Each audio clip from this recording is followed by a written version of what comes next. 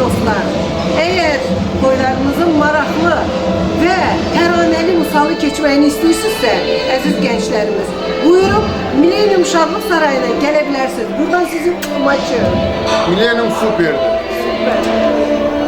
Sana kurban olam, benim bir tanem sana kurban olam, benim bir tanem sana kurban olam.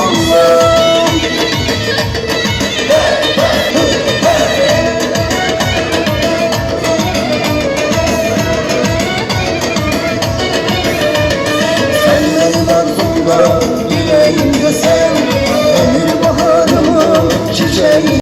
Bilem soruşmayı, benden sığmazları yarım danışmayı.